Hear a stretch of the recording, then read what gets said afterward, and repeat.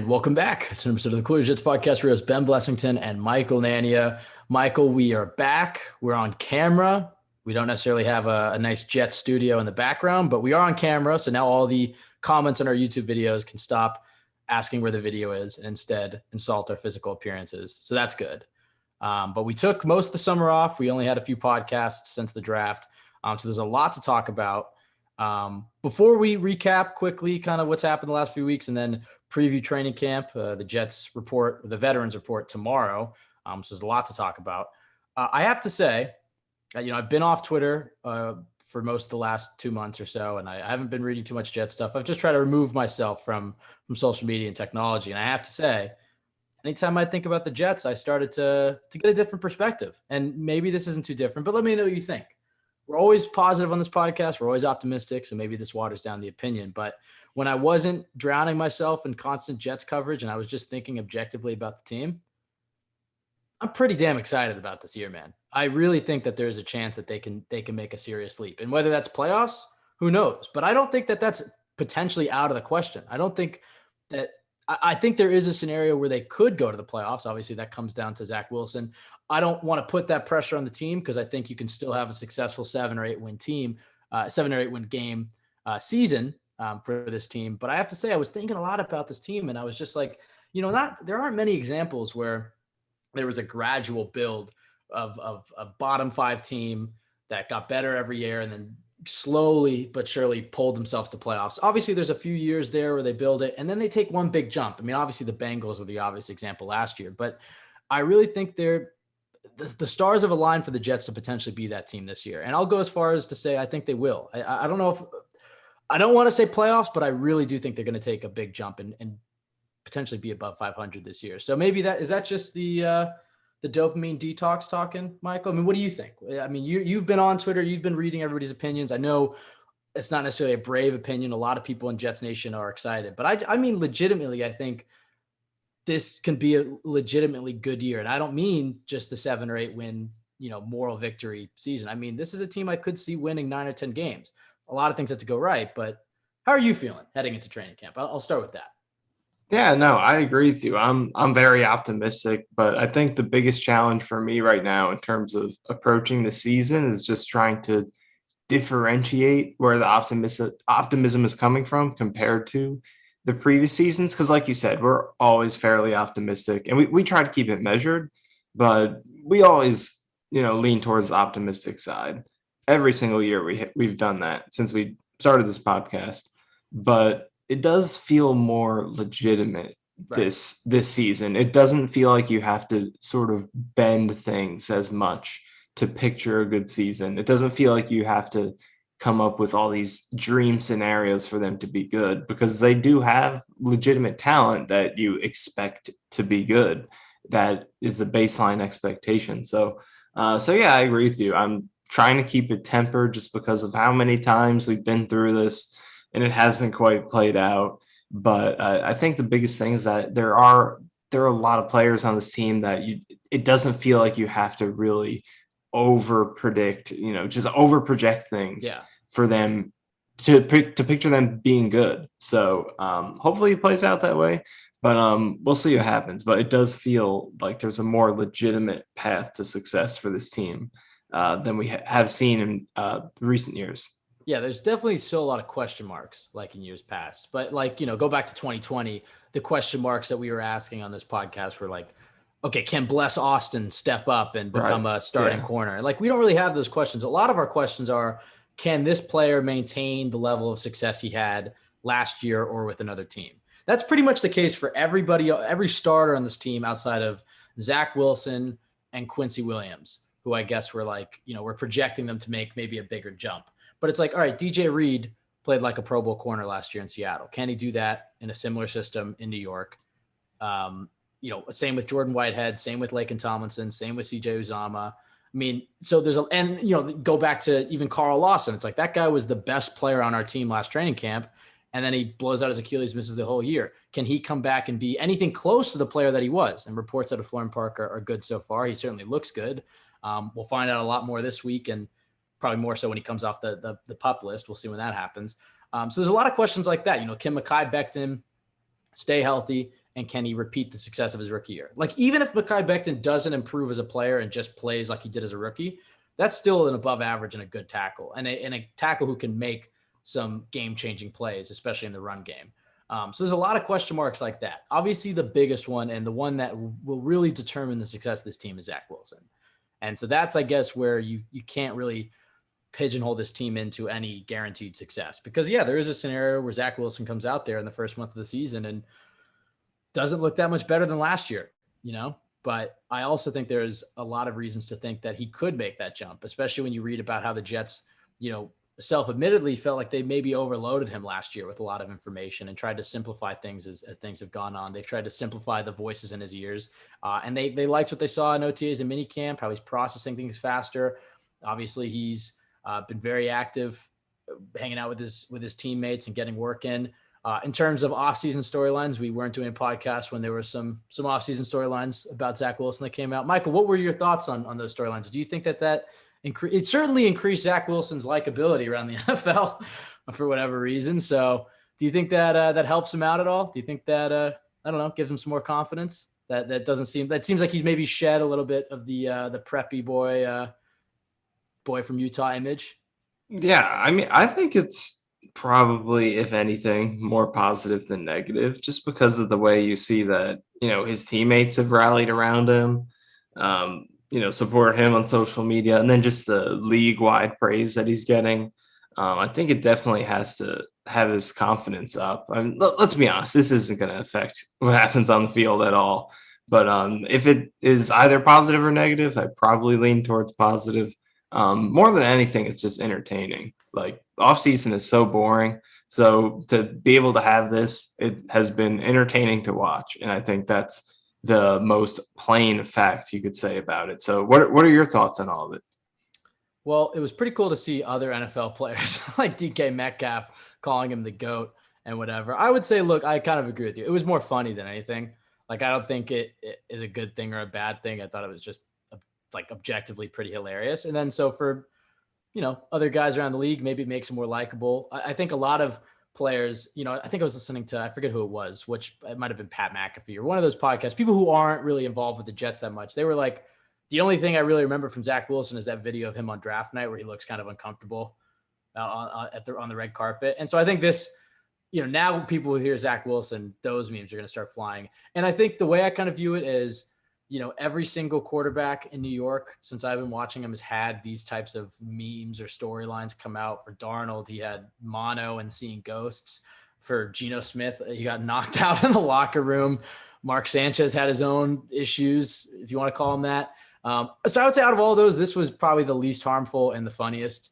So yeah, I don't know. It's not that important, but playing quarterback in the NFL is such a mental thing. I mean, you especially saw it with him week 2 when things didn't go well and things started to snowball, that like his confidence being up. I'm not saying this increased his confidence, but like his confidence does directly affect his play on the field. So if he's feeling good, he feels like people like him, some of that pressure's come off around the league of people not liking him and his confidence up. Maybe it's a positive, but outside of that, I thought it was just pretty funny. The other thing that came out, this was last week, pretty big for this podcast, new helmets. I guess we can talk more about those at the end of the podcast, the fashion segment of this podcast. But I mean, I guess it's cool. Everybody wanted the 80s throwbacks. The Jets are definitely getting them next year if you read that press release. Maybe even this year, but probably next year. So we'll talk about the black helmets at the end. I'm trying to think, is there anything else that we I guess there are 4 starters that are placed on the PUP list before training camp. Doesn't seem like anything will be major. I imagine these guys will come off fairly quickly, but it was Becton, Fant, Lawson, and Uzama. So we'll monitor that. And yeah, I think that pretty much takes us to where we are right now. Training camp starts tomorrow. Really excited. I mean, we're only a few days away from being able to watch Zach Wilson's full stat lines in an unpadded practice. So I guess let's hop into some of the storylines that we're looking forward to watching. And we talked a lot about Zach Wilson, so let's just stick with it because he is the biggest factor on this team. I think when I look at this roster, the Jets have built a roster that could go to the playoffs. I mean, if you put like Kirk Cousins on this team, this is a playoff roster, right? Would you agree with that? If they just put like a above average, a Jimmy G, a Kirk Cousins, somebody who is like capable of winning games on this roster. Yeah, I think it could be considered Yeah. a borderline kind of playoff team. Yeah. But with a ceiling that's considerably high, considering all those young, Right. those young pieces. But when it comes to Zach, I mean, yeah, you have that super high floor in those games you saw against Tennessee and Tampa Bay, and first half against Philly, and and then you have that low floor. And I think it's a tough start to the schedule for him, and that'll be really key. Baltimore's a tough matchup. Obviously, we'll talk a lot about that, but I think it is really important for him to get off to a good training camp. I think if he can build some momentum in camp, build some buzz, even if he comes out and doesn't necessarily light the world on fire week 1 against Baltimore, which I don't know if he will. When you look at that Baltimore defense and that Baltimore secondary, he can at least feel, more comfortable, feel like he's got this. I think if he has a tough tough training camp, and he'll have bad practices, absolutely, it happens every year. But I think it would really be nice for Jets fans to relax and his confidence if he did come out and had overwhelmingly a pretty good training camp. What are some of the biggest things that you're looking for? Because obviously you don't want to be grading like every single pass that the beat reporters put out, but what are some of the things that you could see from Zach Wilson in these training camp practices, especially over the next 2 weeks before we get into preseason games, that Jets fans can have any sort of takeaways from? Yeah, I mean, I think for me, it's mostly just the command of the offense. And it's a hard thing to gauge without actually being there watching, because it's something that can only really be grasped by himself and the coaching staff, because they know what's being called, what they want him to execute. So it is kind of tough to gauge. And all we can do is go off of tweets and stuff like that. So it's a tough thing to gauge, but I think that's the most important thing, is he understanding the plays.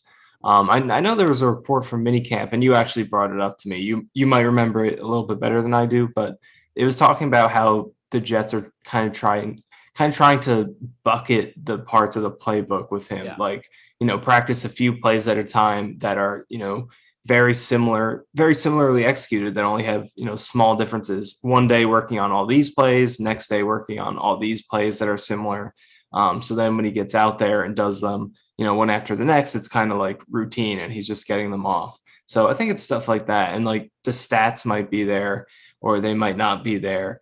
You never know with that stuff, with the tipped ball, a drop pass. And then even when one of those things do happen, like it might get posted or shared that a guy dropped a pass or he missed high in a pass, but that's just from a reporter's vantage point from 50 yards away, field level, no replay. Like, we really don't know with any of this stuff, the quality of anything that's happening. So the most, I think, measurable thing is the control of the offense. Does he know what he's supposed to be doing? Is he getting through his reads at the right pace? Is he looking where he's supposed to look, recognizing what he's supposed to recognize, and things like that? So that's what I'm going to be keeping an eye on, I guess, with as much as we can gauge it. I think that's what's most important. Yeah, for me, and it's kind of similar to what you were saying, but for me, I want to see improved accuracy and ball placement on all levels of the field. Obviously, I think the short area stuff got magnified last year because he missed a lot of perceived layups. And for me, it's like, look, if he misses a layup every once in a while, obviously that's frustrating, but you saw that at BYU. The thing that I really want to see is the deep ball accuracy. We didn't see much of that at all last year. I mean, he had the Titans game, and I think earlier in the season his deep ball actually was better. But as the season went on, we didn't really see him throw down the field. So I think one of the things you can take away from training camp in the first 2 weeks is his accuracy, the short stuff, the over the middle, intermediate stuff, which I think is probably his best area of the field accuracy wise. But then, yeah, the deep shots. You're going to see some deep shots. Do you know when is the first practice that's open to the fans? Do you know that? Is that this Saturday? I think so. Maybe you can look it up real quick. But yeah, when those practices where the fans are at, they're going to film, and hopefully you'll see some deep bomb touchdowns. That's what I'm looking to see. But tying it into your point, it definitely looked like there were plenty of times last year where Zach was overthinking it, and I think that affected his accuracy, definitely on those layups. But he's overthinking every little thing about his footwork and his mechanics and the concept that the team is running and the defense he's going up against. And I think it is something to be excited about if the Jets are simplifying things, and it looks like you said, he has command of the offense. Things are going smoother. Doesn't look like he's overthinking things, and his accuracy is looking a little better. But yeah, I guess one of the things that I was also thinking about, and this will help Zach out a lot, is for the first time in a while, the Jets have legitimate playmakers that can, take a bubble screen 70 yards for a touchdown. Playmakers that the Jets can have a 2-play touchdown drive or a 3-play touchdown drive, or, not even touchdowns, even just creating a 35, 40-yard gain. Over the last decade, the Jets have had plenty of defenses, by the way, over the last decade that were good enough to be on a playoff team. I'm not saying they were elite defenses. I think they had a few defenses that were very good, but go look at some of the Todd Bowles defenses and the Rex Ryan defenses after they were bad. And hell, even 2019, the Jets defense wasn't that bad.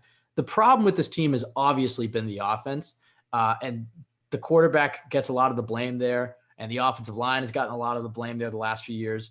But really what this team has lacked is just any sort of explosive playmakers. And they actually have that. They actually have that with Garrett Wilson and Elijah Moore and Breece Hall and Michael Carter. And I guess you could throw Braxton Berrios or Corey Davis in there, and the tight ends they brought in. They have legitimate guys that can make plays at any point during the game and at any part of the field. And I think that's, for me, is really exciting, because that is going to take a lot of pressure off of Zach, is that he isn't going to have to orchestrate these perfect 12, 13 play touchdown drives. I think it's more likely you'll see this year where maybe Breece Hall rips off a big 40-yard run, and then CJ Uzomah takes a play action pass and he is able to run 35 yards, and then the Jets are inside the 5 and they punch. You know what I mean? Like, I think you can see more of those drives, the types of drives that you see when you watch Kansas City or Buffalo and you're like, they're playing a completely different sport. So those are the types of things that can be really excited for this season. But starting with Zach these next 2 weeks, you just want to see him look in command, and you want to see the ball placement, the accuracy, looking nice. I would say the other storyline outside of Zach, that's probably the biggest one to watch, is the tackle battle between George Fant and Mekhi Becton. And Becton is probably the bigger storyline because he missed last year, because there's been so much scrutiny about him. But with George Fant, you can't forget this guy's kind of held out about his contract, and he's put out some cryptic tweets about it as well. This is a guy who wants a contract extension. Let me ask you this before we talk about the camp battle. Do you think that the Jets should, and do you think that the Jets will extend George Fant before the season, or do you think that they should wait on that decision?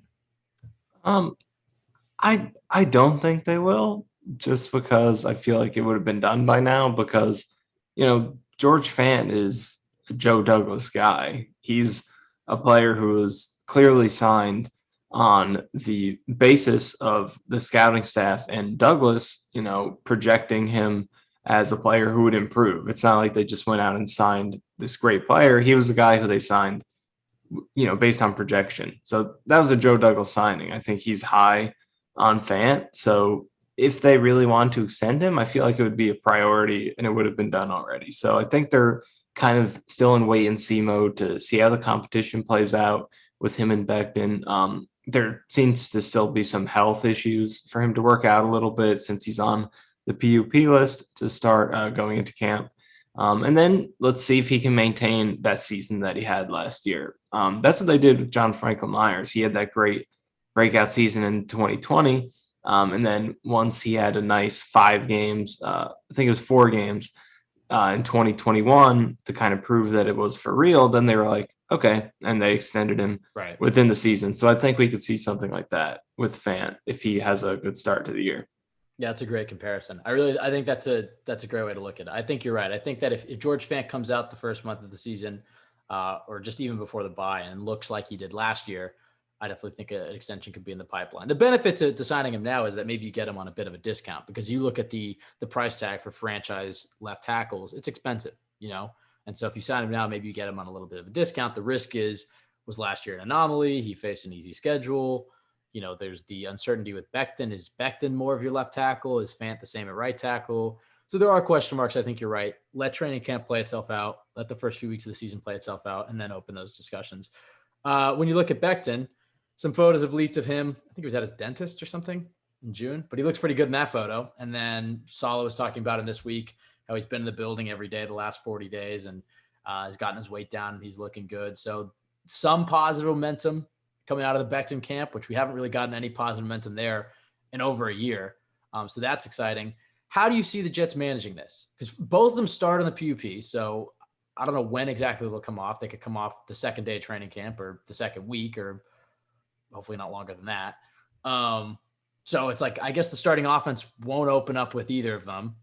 And then one will get healthy and then they plug him in at left tackle and then both get healthy. And do they try to rotate him at left tackle? Like give Becton a day at left tackle, Fan a day at left tackle, or do they just do what we think that they'll probably do? And that's George Fant's the left tackle, Becton's the right tackle until further notice. How do you think they handle this whole battle? And how intrigued are you in watching this play out?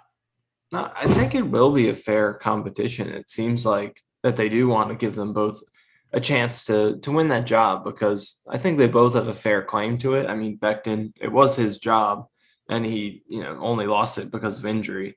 And Fan played really well in the role, so it does seem like they want to give them both a chance to win the job.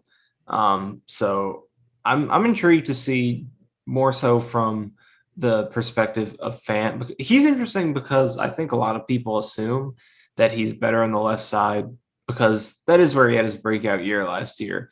But, prior to that, his production was similar, regardless of which side he played on. Between the 2020 season with the Jets, he played a couple games at left tackle, and he had a game where he was giving up sacks to a special teams guy in the Cardinals. So he wasn't necessarily better at left tackle prior to last year. I think last year was just kind of him hitting his football prime because he never played football until his final year of college. And then in the NFL, he didn't get a ton of reps as a starter until the end of the Seahawks. Well, his first year at the Seahawks, he played a little bit, but he was injured. Then he was a backup. So he didn't have a ton of starts either. So I think last year is him just kind of hitting that prime in terms of football experience. And he might have broken out in the same way, even at right tackle. So I'm just interested to see how he answers that question. Is he a left tackle? Can he do the same thing at right tackle? And then, you mentioned the contract situation, how it affects all of that. Are the Jets okay with paying him as a right tackle? Do they want him at left tackle? It's a really intriguing situation. But to go back to how we opened this podcast, I think what is exciting about it is that we're not sitting here like trying to project Brandon Shell being good or Chuma Edoga. Like these are good players. We'll see who ends up on which side. And obviously we'll see if they stay healthy and all of that. But these are good players. Becton's a top 11 pick with a very promising rookie season when healthy. George Fant is a veteran who had a great season last year. Again, see if he maintains it, see how he does on each side. All those questions are legitimate, but these are guys who have proven they have elite talent. It's not just wishful thinking like, Edoga has great tools. Let's see if he develops. Brandon Shell, pick your guy. Like these are players who have shown they can do it. So there are question marks, but we know these are good players. So these are good problems, good debates to be having. So very interested to see how it plays out. Yeah, I do wonder if they do, like Fant gets the first game at left tackle against the Eagles, and then Becton gets the game against the Falcons at left tackle. And, if they both perform similarly, I guess it'll be judged on, okay, well, if they're both good left tackles, who's the better right tackle? Which, keep in mind, George Fant, his Instagram bio right now is left tackle. He's making it very clear he wants to be a left tackle. He wants to be paid like a left tackle. And, so we'll see. We'll see what happens. He said even before he came here, he's more comfortable at left tackle. And Becton is a guy. Even after he signed, I think he said that he came here to play left tackle and was kind of surprised by the Becton pick. So he's definitely made it clear that he prefers left tackle. Yeah. Even though I would argue that it wasn't necessarily different before this year, it definitely seems like that's his preference. Yeah, I think, look, everything's mirrored. And Becton, even in college, he was saying that they didn't even really have left tackle or right tackle his first few years. They were just playing like power and weak side. And so he played a lot of right tackle as well. When you look at it, the NFL has changed, but in the old days, 20 years ago, you'd say, okay, you want your better pass blocking tackle protecting your quarterback's blind side on the left side. And then maybe you want, you're run blocking more Mauler type. Think of like a Trent Brown or somebody at right tackle. Trent Brown's a current player, but whatever. So maybe that means Fant at left tackle, Becton at right tackle. Before I ask you who you think will ultimately end up where, do you think it's better? Because we know that Elijah Vera Tucker is moving to right guard. Laken Tomlinson will stick at left guard. McGovern's obviously at center. Do you think it's better to have Becton playing next to Laken Tomlinson, who's probably also more of a mauler in the run game? I mean, Vera Tucker's a mauler too, but maybe more athletic, more finesse, but he's still obviously got that mauler tendency. Do you think it's better for the Jets to have Tomlinson next to Becton on the left side and they can just run left between the two of them? Or do you think it's better to put Becton on the right side where he's next to Vera Tucker, who's also mauler, but maybe he's more agile and mobile and he can get out in front? I mean, how do you think, ignoring the individual players, if you could choose it, what figuration of the offensive line makes the most sense for you? I mean, I think playing next to Tomlinson could be good for Becton, after a year off, being a younger player, to be next to the veteran could really help him ease back in. And then also from AVT's perspective, if Fant is over there and he's in between McGovern and Fant, two veterans, then I think, both of those guys, AVT and Becton, are now next to experienced players, right, kind of easing their transition a little bit. So I think I kind of look at it that way. And then I think, if you have AVT and Fant next to each other, that's kind of your more athletic, agile pairing over there. AVT can definitely maul too, but for me, I think his athleticism and movement skills is probably the more appealing part of his game, and that's definitely Fant's game.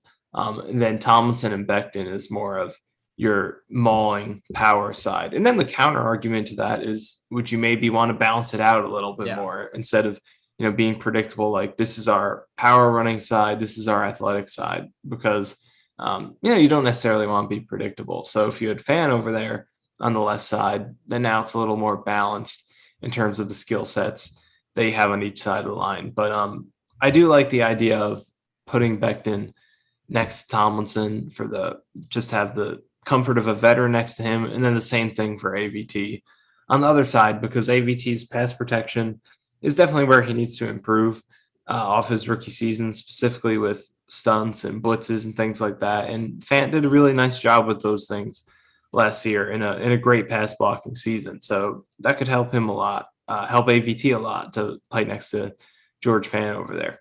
Yeah, obviously this is an outside zone running system. Do you think that when they run those outside zone plays or those pitches to the outside, who do you think is better between the two tackles? Who do you think is better in space getting out in front? Because Fant is probably the better athlete and probably more agile, probably faster. But Becton, obviously the skills that he brings as a pancaker and his ability to get to the second level, lay somebody out, get to the third level, lay the safety out. He's also pretty athletic. I mean, his combine was pretty ridiculous. And, you watch Trent Williams in San Francisco, who was a guy who was player comped to Becton as like a ceiling for him. Very similar player to Becton, maybe not as physically gifted, but still super strong and tough and a beast. And you see what the type of fun that Kyle Shanahan has. So between the two tackles, who do you think is actually better getting out in space? Like, who would you rather? Obviously, you'd rather run behind Becton, but if you have to run a pitch or a screen, which tackle do you want running 10, 15 yards down the field? Yeah, I'd probably go with Becton. I mean, like you said, Fant is probably the better, not necessarily athlete, because obviously Becton for his size is an amazing athlete, but like, who do I want running the 3-cone drill or, something like that? Probably Fant. I mean, the guy was a basketball player. I mean, he's bulked up since then, but he's an amazing athlete. The photo he posted on Instagram, he looks insane. Yeah, I mean, good shape. He's a great athlete, but I think Becton he showed in his rookie year film. It's like, even though he's 370 pounds, he gets out to the second level and takes great angles to cornerbacks, to safeties. He knows how to get there, get his hands on their hips, and just drive them completely out of the picture. He showed that constantly in his rookie year film. Whereas, Fant, I think, is solid at it. But, I mean, Becton has shown he's just as good, I think, at taking the angles and accurately getting to the defender. And then he, on top of that, has the power and finishing ability that he has. I think I would still take Becton there, even despite being, the bigger guy, maybe not necessarily as smooth of a mover. He's just so good at it in his rookie year that I think he proved that he can do it well. All right, I'm going to ask you another question. I promise that there's a point to these questions. Between Tomlinson and AVT, who do you think is the better pulling guard? Who do you think you'd rather have, pulling from the other side and getting out in space, or pulling from the other side and, setting up a trap run or something like that? I think AVT can be better at that, but for now, I'd probably go with Tomlinson being the more experienced guy. I think he's, I think he's probably more established in that right now. Yeah. Well, so then that means if you put Becton on the right side and you have AVT at left guard, you can run those plays. Obviously, look, there's a bunch of different types of running plays, and so things will get mixed up. But if what you're saying, you'd rather run behind Becton and you think Tomlinson's the better puller, maybe it makes more sense to have Becton on the right side then. Because you'd have him on the right side, you run behind him, you have AVT getting out in space too, but then you can pull Tomlinson as well. And then you could still run between Tomlinson and Becton. I don't know. I think those are the types of conversations. It's not just who looks better in training camp practices at left tackle and right tackle. It's also like, the offensive line is one unit. It's 5 different players, but they're really playing as one player. And how do you balance it out? I'm of the belief, it's tough because I think an offensive line of Becton playing next to Lake and Tomlinson is exciting. And the points you just raised are ones that I definitely think a coaching staff would consider, and something that fans don't consider. It's like, okay, well, we have AVT moving positions, and we'll also, if Becton plays right tackle, he's going to be moving positions. Do we want the two guys who are young and changing positions playing right next to each other, or would we rather sandwich them in between veterans? That's something to consider. I don't know. It'll be that to me. Obviously, we're going to be watching Zach Wilson and how does his arm look, accuracy, whatever, all that stuff. But that to me, the Fant versus Becton, especially since both of them have storylines coming from the offseason into camp, is going to be fascinating. So that'll be something we'll keep talking about. And we can't talk about too much more until they come off the PUP list. One of the other things, and we talked about Tomlinson a little bit, but the other storyline, once you move past the tackles, is the newcomers, especially the rookies. That'll be, I think, is there a guy like last year, Elijah Moore, even going back to OTAs, he started to create a ton of buzz. And then when training camp rolled around, it was like, is Elijah Moore our best player? And then it was like Carl Lawson's probably the best player. Elijah Moore might be number 2. And Moore got off to a bit of a slower start. I know he got injured and Wilson wasn't playing too well, but then he obviously started to come on around the Bengals game. Is there going to be somebody like that steps up, has a really nice camp, and that makes you think like, all right, this guy's going to be a good pro. No matter what happens in his rookie season, we have something here. Who do you think is the most likely out of all the we'll start with we'll use the rookies because that's probably easier. Out of all the rookies, who do you think is the most likely to make that in the first 2 weeks? So no games. So keep that in mind, to make that first, wow impression. The Jets might really have something here. Who do you think is out of all the 4 of Sauce, Garrett Wilson, Jermaine Johnson, Breece Hall, Michael Clemens and Jeremy Ruckert? I guess we can throw them in there too. Who stands out the most over these first 2 weeks? So only camp practices, right? Yeah. Well, the green and white scrimmage, if you count that. I guess. Okay. So I think my first answer was going to be Breece Hall, but I think the training camp practice environment is more favorable to a defensive back than a running back, because I feel like defensive backs and receivers get to play pretty legitimate football in practice. They get one-on-ones, they get to make plays on the ball. And those are kind of the 2 positions you hear the most about, outside of quarterback, obviously. But running back kind of isn't as legitimate, I think, in practice because, there isn't real contact for the most part. So I think it's kind of harder for them to stand out.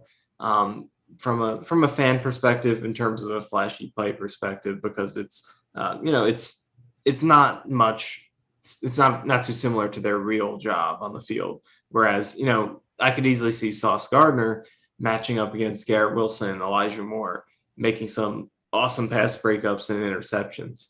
So I think Gardner has the best chance of doing it.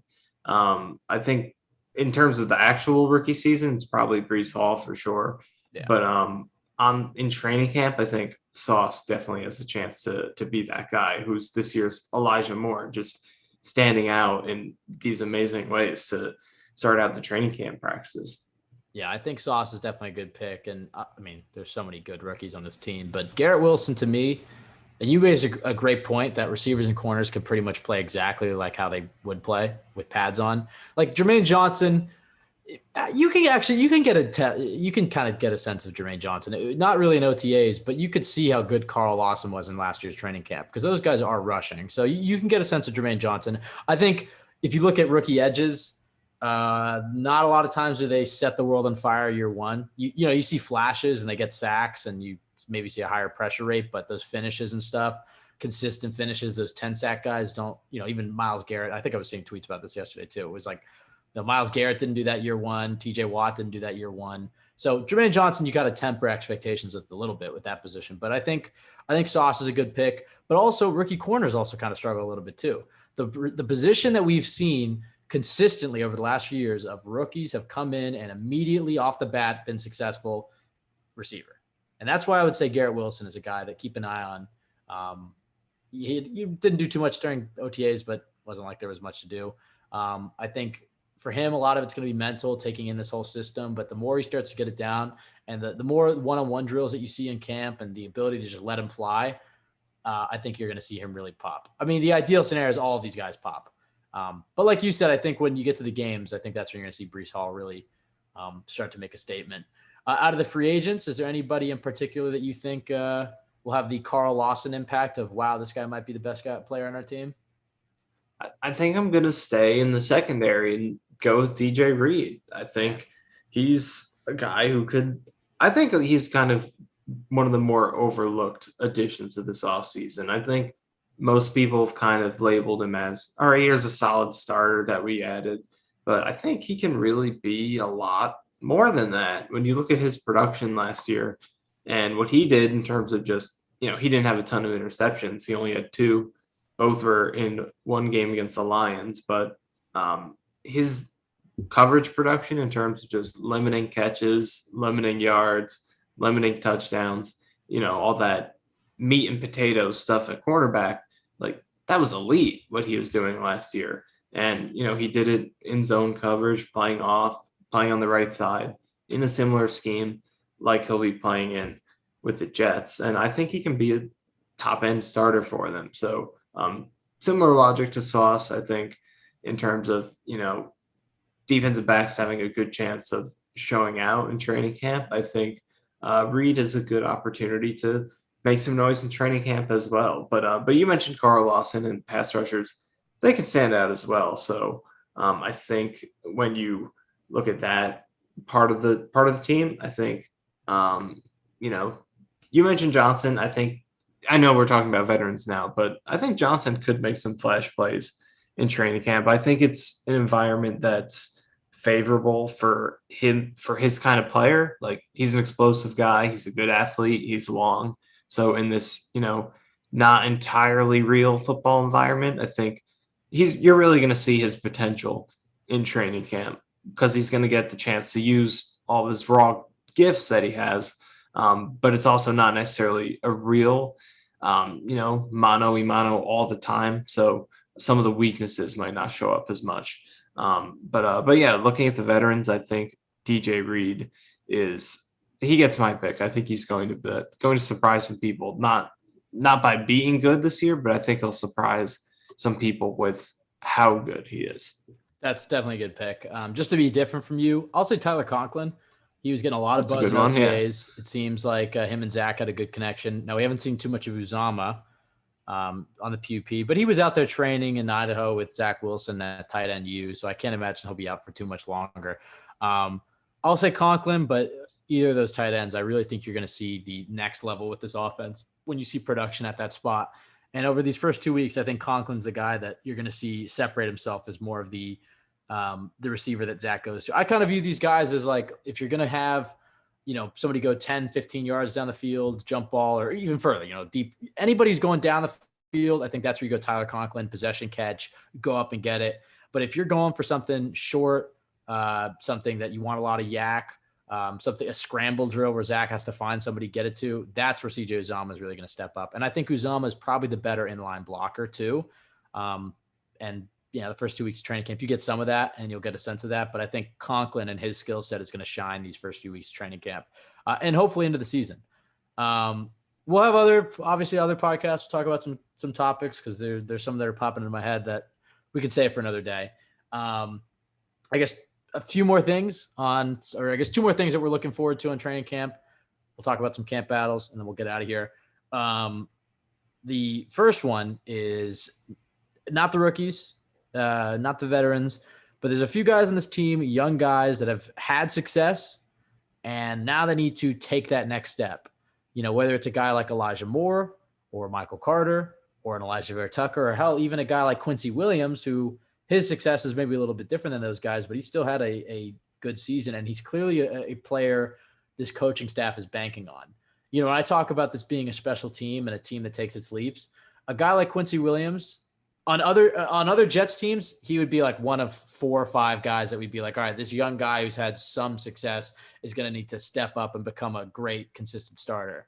And that's just not realistic. It happens sometimes, but you can't just expect that from all your players. But Quinnen Williams is a guy that the coaching staff clearly loves. He's a scheme fit. He really did make a lot of flash plays. I thought he got better as the season went on, and now he has a full off season with this defense. He's, to me, a guy that we should really watch. And, maybe that's just me trying to be optimistic because if Quinnen Williams is good, this defense is really going to take a leap, just because that's the biggest hole right now is looking at linebacker outside of CJ Mosley. Who do they have? They're putting a lot on the Quinnen Williams' shoulder. He's a guy that you won't really be able to tell too much, I guess, from training camp, but throughout the entire training camp and preseason and I guess early season, a guy to keep an eye out, because if he takes his leap, that's such a good sign for the future of this program, that this coaching staff really bought into this player, had a vision for him, thought he fit their scheme, bought into him, and then saw it pay off. So he's a guy to keep an eye out for, as if you want to, if he's bad, I mean, they can move on from him, cut their ties, whatever. But I'm really excited for him. Who's a young guy for you who's had some success, who's returning, and you want to, or maybe he doesn't have success at all. Maybe he's an Ashton Davis or something like that. But somebody who's been on the team, young guy, you want to see him take the next step. And now that we're on camera, I can actually see you having to scramble to think of something. Yeah. At the last minute. There's a lot of good answers to this. That's why I'm kind of scrambling, because I could just say someone off the top of my head, but there's definitely a lot of options that I'm rolling through right now. So I'm going to go with one who I think has who, if they break out, could be the most important and impactful for the team. I'm going to go with Jonathan Marshall, because I think that the defensive tackle depth chart is probably one of the weakest links on the roster right now, because at the top, it's obviously really good. You got Quinnen Williams, presumably John Franklin Myers will be playing the bulk of his reps there this year. So really good. If you listen to Connor Hughes, he keeps trying to hammer home that JFM is the base defensive end and Sheldon Rankins is the starting defensive tackle, which I don't really, I understand what he's saying, that JFM will probably play some reps at defensive end, but he's really trying to hammer home that that's his position, that he's starting there and then he kicks in on third downs, where it's like, I don't know. You were saying this before last year, that he's better at 3-tech. I just doubt that, because they have so many edge rushers that need snaps. You've Carl Lawson, Jermaine Johnson, Bryce Huff, Jacob Martin, Michael Clemens, Vinny Curry's going to try to make the roster. I just have a hard time seeing JFM taking up so many reps, especially when you consider the lack of defensive tackles that they have. So if they're in a run heavy situation, it makes sense. Yeah. He'll play there sometimes, I think, but I definitely think he'll be playing at least 80% of his snaps on the inside. That'd be my guess. But yeah, I think beyond those two guys at the top of the defensive tackle depth chart, assuming Franklin Myers is there, and if he's not there, it only increases the importance further of this player breaking out. There's not a lot there, especially from a run defense perspective. If Sheldon Rankins is back to his old pre-2021 self, good pass rusher, but he's never been a run defender. And the same thing for Solomon Thomas. He could be a decent situational pass rusher, but as a defensive tackle, not much of a run defender. Nathan Shepard, same thing. Even pass rushing hasn't been great, but he does have some good moments in the passing game. Run defense, that's never really been his thing either. So it's tough to, when you're rolling through the defensive rotation, looking at different packages they could sub in, without Quinnen Williams out there, it's hard to come up with a combo of D tackles that you could put on the field and feel comfortable about stopping the run. So that's why I'm looking at Jonathan Marshall, because look, Sheldon Rankins is a veteran. He's not improving. Nathan Shepard is he's pretty old at this point, despite only being in his going into his fifth season. So you're not expecting improvement from them. But Marshall is a guy who could conceivably develop into that good run defender who can fill that role for this team. So he has all the athletic tools. He can play some nose tackle, and I think he was more so drafted for his pass rushing, but he did show some run defense potential in college. He wasn't great at it. He definitely was moved around a little bit, or more than you would like on his Arkansas film. So there's a reason he was the 6th-round pick. It's not something that you expect to happen, that he's going to break out. But if he can do it, it can be very beneficial for the Jets to be able to fill that hole that they have right now in terms of just a second good run stuffer at defensive tackle behind Quinnen Williams, with a 6th-round pick developing in-house. That development like that is how teams win championships, because every team can spend cap space. Every team can make trades. Every team makes 1st-round picks, but the teams that are getting contributors from these unexpected places, that's how you get a leg up on other teams, because most teams' 6th-round picks are not, turning into contributing players. So the few teams who do get it, that's where they get that advantage on other teams. So I think Jonathan Marshall, with his elite athleticism, his explosiveness, he's a fit in this scheme. Because that's another thing. Like, I think there's a misconception with what the Jets need from a run stuffing defensive tackle in the scheme. He doesn't have to be a nose tackle. We're not talking about Snacks Harrison here, like a guy who lines up over the center, is 350 pounds. That's not what you need. You need more of like a DJ Jones type player who was, with the Niners the past few years, signed with the Broncos this offseason. He's only, I think, 305 pounds, which is on the, lighter side for a defensive tackle. And he didn't play a ton of, pure nose tackle directly over the center.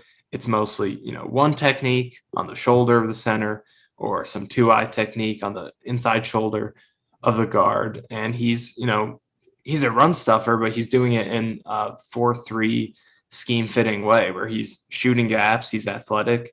He's on the smaller side, so he's got some more slipperiness for the position. That's what you need. And Jonathan Marshall has the physical tools to be that kind of player.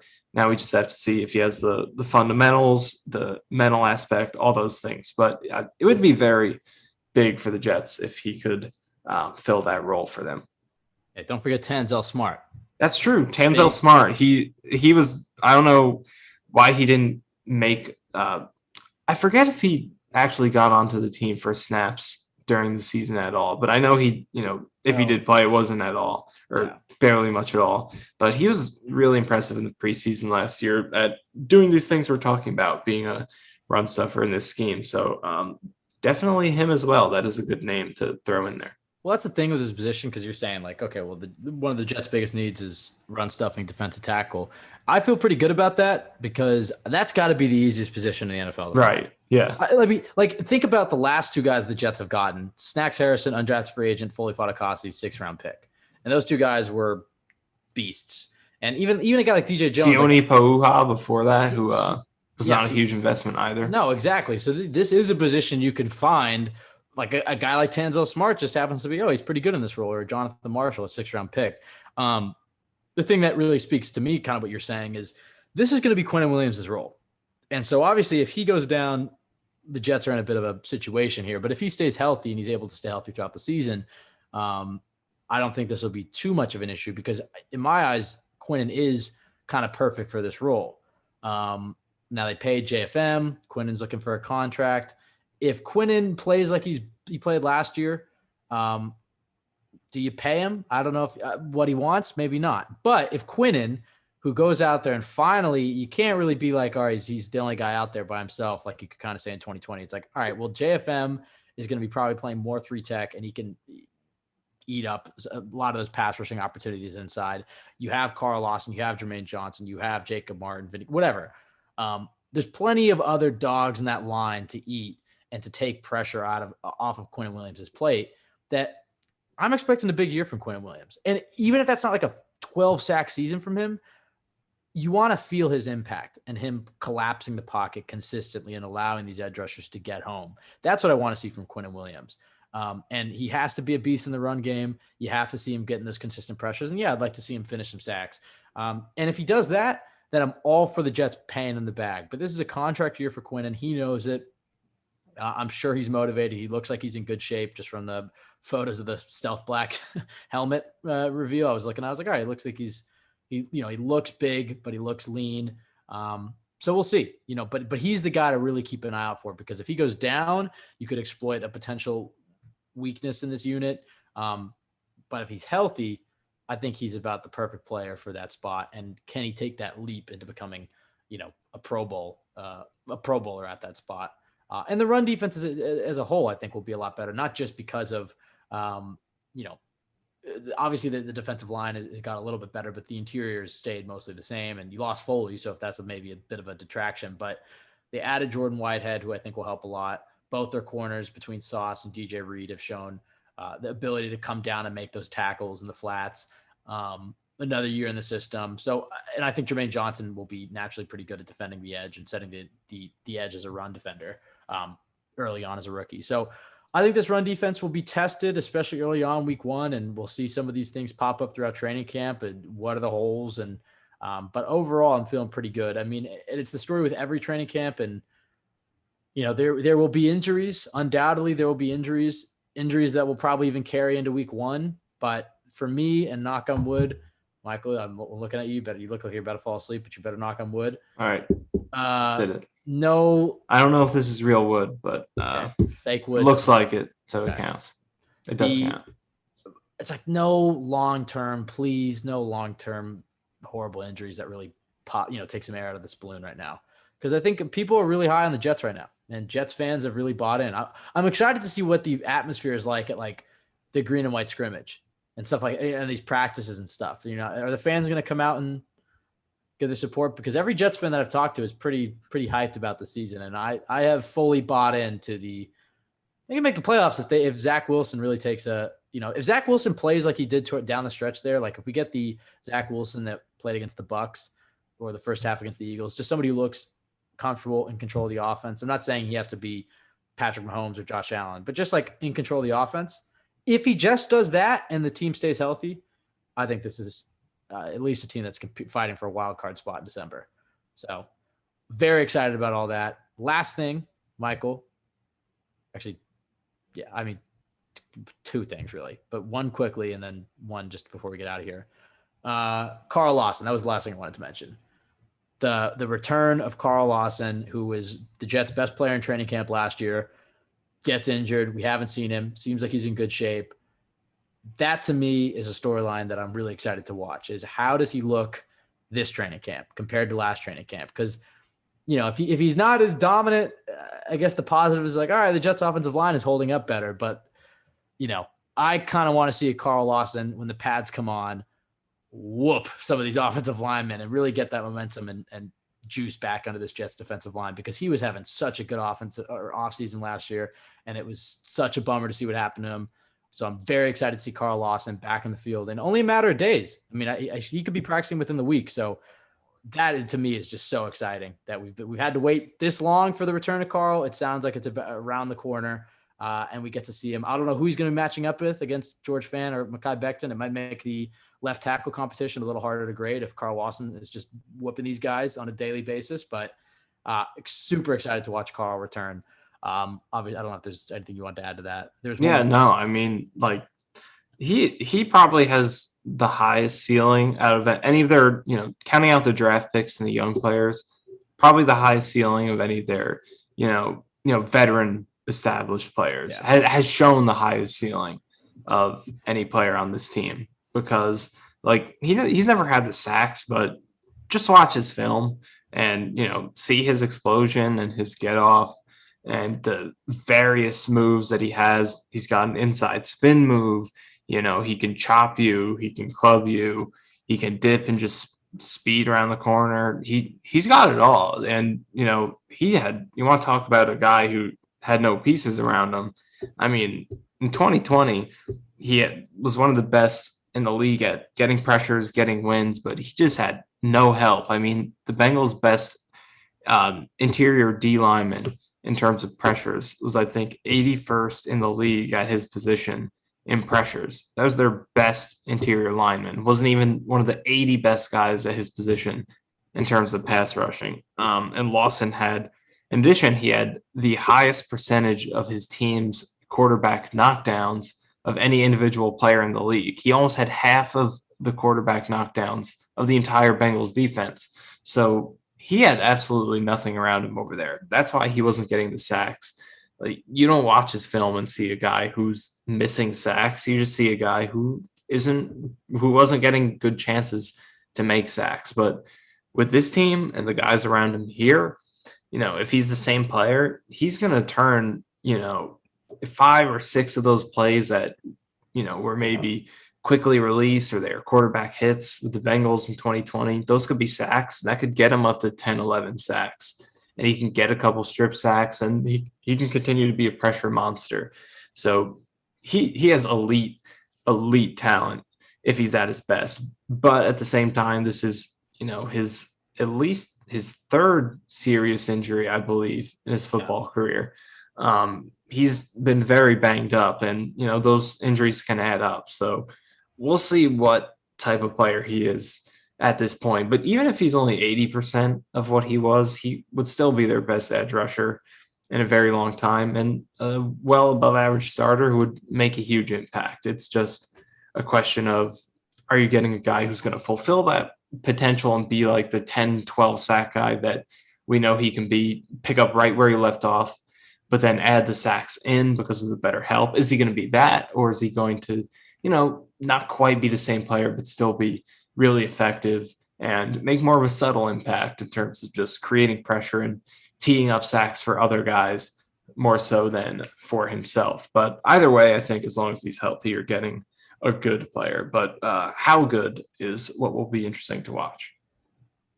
I cannot wait for training camp. Starts tomorrow. I mean, we'll see when I don't think the actual practice is until Wednesday, something like that. And the pads don't come on until next week. Oh, we'll see how they manage it all, because they've talked a lot about trying to make some changes after all the injuries they've had. And they were really light with their players and OTAs. We'll see, do these starters play during preseason, or do they sit them and only play maybe the Falcons game for a little bit?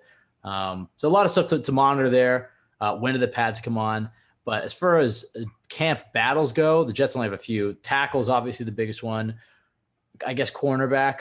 I mean, it seems pretty obvious that it'll be Sauce, DJ Reed, and Michael Carter II. But, maybe Javelin Guidry pushes Michael Carter II for roles and reps in the slot. Maybe Bryce Hall makes it really hard to put him on the bench, and you're like, hey, maybe we should slide DJ Reed inside. Who knows? I think safety is one to keep an eye out for. Jason Pinnock is a guy that I'm pretty high on, and I think the staff really likes LaMarcus Joyner, so he'll probably be the starter. But just something to keep an eye out. Backup linebacker, who's going to be that third linebacker? And then fifth receiver outside of is it fourth, sixth receiver? Maybe it's sixth receiver. Yeah, I don't know. Forget. Why can I do?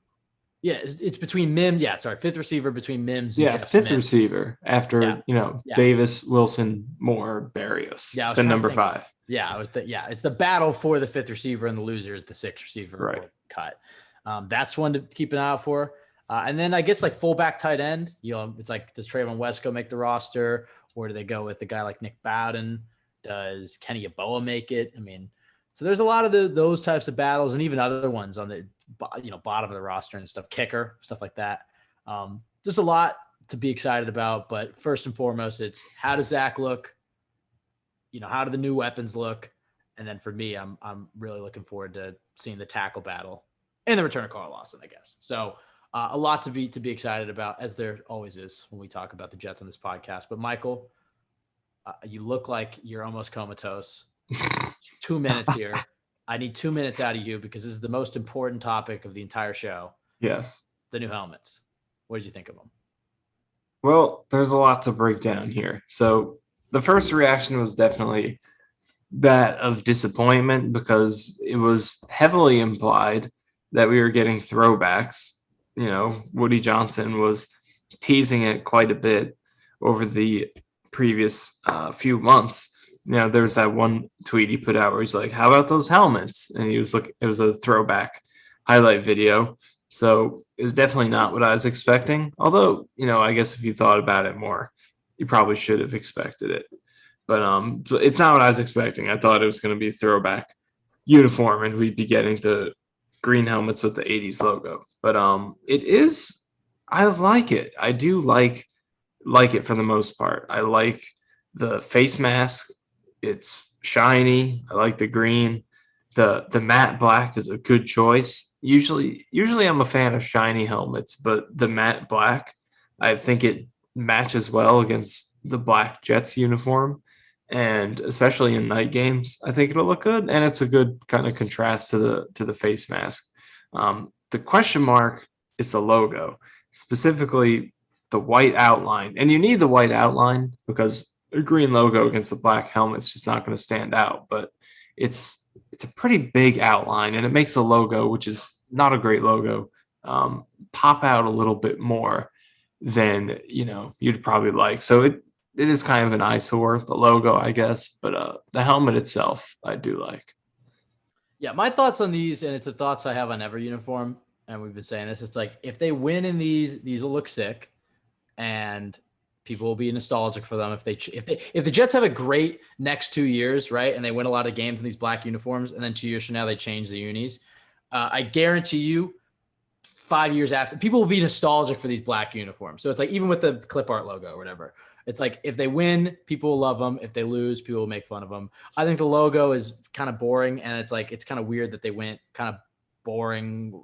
I don't even want to say retro. I guess it's kind of a retro basic logo, and then they went super modern with the uniforms. If you just slap the 80s logo onto these current uniforms, even with the New York and the contrail, I think it still looks pretty good. But I think those uniforms would be top 3, top 5 in the league. With this logo, I don't know. I try to look at it like it's like I don't know, like an Air Force patch. I don't know. It's whatever. It definitely didn't feel entirely necessary because it worked well with the green helmets. That was what I was going to ask you. That was what I was going to ask you is like my favorite uniforms were the black uniforms with the green helmets. I'll see if I like these more. They certainly look cool. The face masks are cool. I think the lettering, I think it's chrome too. So that'll look pretty cool. But yeah, we'll see how it looks in the day. They've committed. They at least announced when they're going to wear them. This is the first time they ever announced the uniforms. Yeah, that's cool. Where they wear. So we'll see how it looks. But I thought that was interesting. Every team is getting an alternate. Everybody's getting a black helmet. The one thing to consider for Jets fans who are upset. First of all, any comment that I read that's not from a Jets fan, they all think they're cool. Most of them. I saw a lot of negativity, mostly because everybody wanted the throwbacks. I'd be curious. I would bet you. Well, first of all, they're definitely getting throwbacks next year. Just if they wouldn't have put that thing in their press release that was basically like, we'll continue to update the Jets uniforms or whatever. And a lot of teams have already announced throwbacks for 2023. It's like, all right, you wouldn't throw that in your reveal for your black helmet if you weren't just trying to say like, hey, calm down, our throwbacks are coming next year. So they're definitely getting throwbacks next year. I think, the Bucks had the same issue and the Eagles did too, where, just due to supply chain and labor shortages, it was just harder to make these custom retro helmets. It's a lot easier to just be like, we got a lot of black, we can make a black helmet for you. So we'll see. I'll see. The only question I have, I actually like the white outline. I bought into it because I think it'll look good in the field, is will the green lettering with the white outline clash with the white lettering with the green outline? I don't know, on the jerseys. Who knows? But I think they'll look cool in the field, especially if they win. I don't really care. I think I care obviously, but people were way too negative. It looks cool. Like, what are we complaining about? So yeah, I guess that's it, Michael. I think you're flipping me off right now. If I look at okay. No, 2 fingers here. 2 fingers. I could only see the middle one there. You look tired. I promise we won't do these late podcasts as much anymore. But yeah, we'll see if what the schedule is like. We want to be consistent on being on Mondays from now all the way through the season. Next week might be a little weird though, traveling and stuff.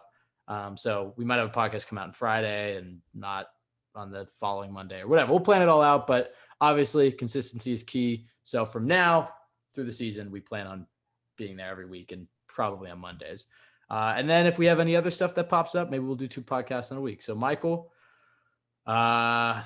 Thank you for, we're back, baby. We got a whole season. We are back. It's football time. It's finally here. It seems like just yesterday I was in the bushes of some poor Scottsdale high school trying to find Zach Wilson on the field, but what an off season. What an off season. What an off season. That's true. That is the takeaway.